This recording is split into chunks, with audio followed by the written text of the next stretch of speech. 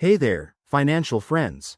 Welcome back to our channel, where we break down the latest tips and tricks to help you manage your money like a pro. Today, we're diving into something super practical: how to check your pending deposits on Credit Karma in 2025.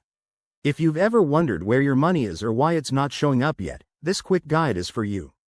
Credit Karma has evolved a lot, making it easier than ever to track your finances, and we'll walk you through it step by step.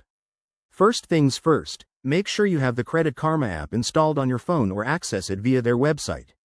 It's free and secure, so let's get started. Open the app and log in with your credentials. If you're new, you'll need to create an account. It's quick and just requires some basic info. Once you're logged in, head to the dashboard. This is your home base for all things financial.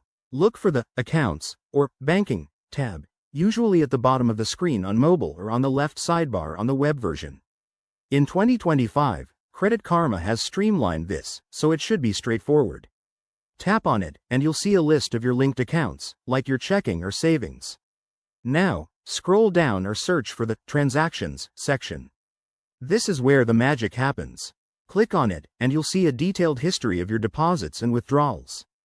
Pending deposits will be marked with a special icon, like a clock or a yellow flag, indicating they're not yet processed. For example, if you're waiting on a direct deposit from your employer, it might show up here before it hits your balance. If you don't see it right away, use the search bar at the top, type in pending, or the date of your expected deposit. Credit Karma's 2025 update includes smart filters, so you can sort by status, amount, or date to find exactly what you're looking for.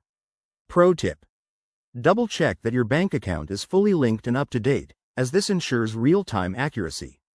And just like that, you're all set. Checking pending deposits helps you plan your budget better and avoid any surprises. If you run into any issues, Credit Karma has excellent in-app support or FAQs to guide you.